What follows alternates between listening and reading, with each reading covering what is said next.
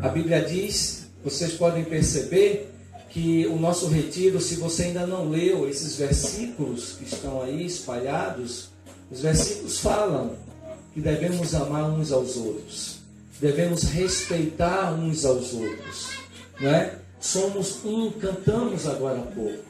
Então, esses versículos têm tudo a ver com essa dinâmica que nós fizemos, a primeira e essa agora a segunda.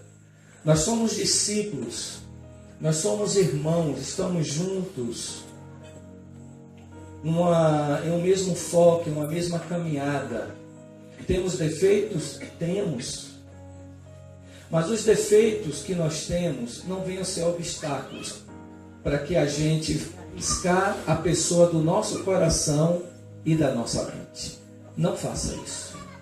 Porque nós precisamos uns dos outros para continuarmos firmes, para continuarmos focados no chamado que Deus tem para mim, no chamado que Deus tem para você.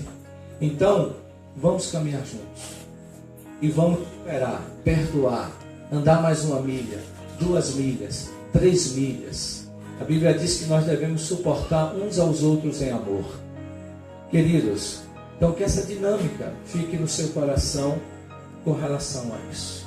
Diga para a pessoa que está do seu lado: eu quero aprender com você. Diga para ela: você é importante para mim. Amém? Glória a Deus. A cebola. Abra sua Bíblia, Colossenses, capítulo 4, por favor.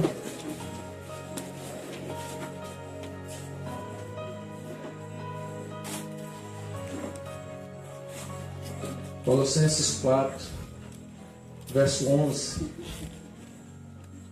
Eu quero trazer uma pequena palavra. Uma palavra apenas, não é uma reflexão, não é uma mensagem. É uma palavra pastoral, algo que Deus colocou no meu coração. Colossenses capítulo 4, verso 11. Você que trouxe a Bíblia, abra. Você que está com o seu celular e tem Bíblia, abra, por favor.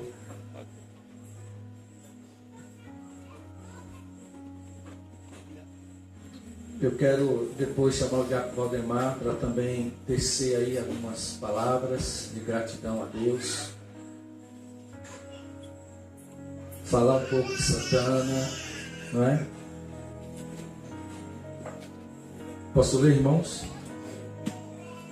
Diz assim a palavra do nosso Senhor. Jesus, chamado justo, também envia saudações. Esses são os únicos da circuncisão que são meus cooperadores em favor do reino de Deus. Olhem todos para mim, queridos, amados. Esse Jesus aqui que Paulo cita não é Jesus, o nosso Senhor Jesus. É um discípulo, né? É um amado irmão em Cristo que ajudava o apóstolo Paulo, né, em sua caminhada cristã, em sua obra, naquilo que Deus chamou o apóstolo Paulo para fazer. O interessante é que o apóstolo Paulo ele não tinha apenas, né, esse discípulo. O apóstolo Paulo tinha outros discípulos também. E o apóstolo Paulo aqui, mais do que ninguém, queridos, sabia que ele não podia fazer a obra do Senhor sozinho.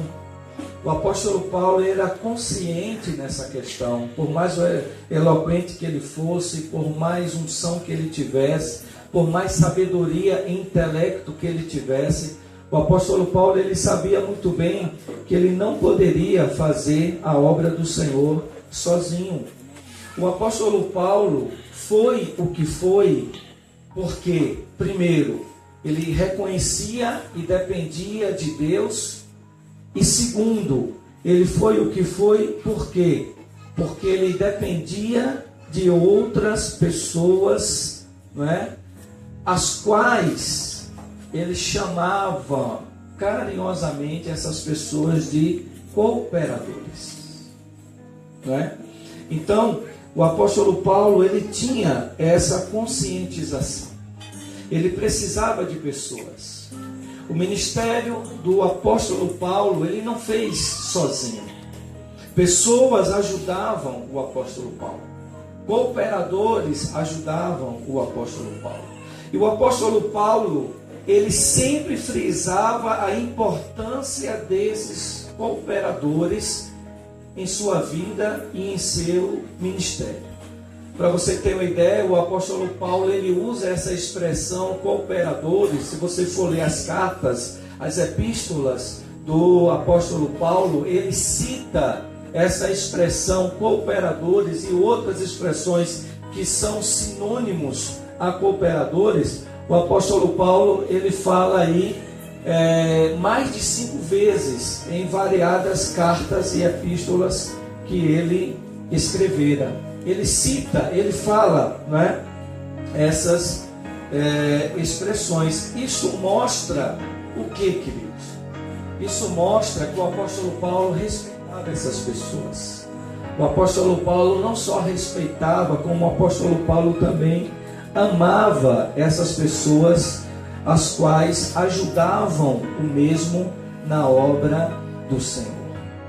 E eu quero, nesse momento, de uma forma bem simples, eu quero louvar a Deus pela vida de cada um de vocês aqui presentes.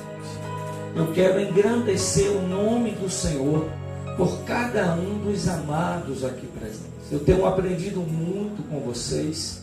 Creio que vocês também têm aprendido comigo. Eu não faço a obra de Deus, eu não faço sozinho. Eu dependo de Deus, eu dependo dos amados também. Então, eu louvo a Deus pelos cooperadores que Deus tem colocado na minha vida para fazer a obra de Deus e para continuar no reino de Deus.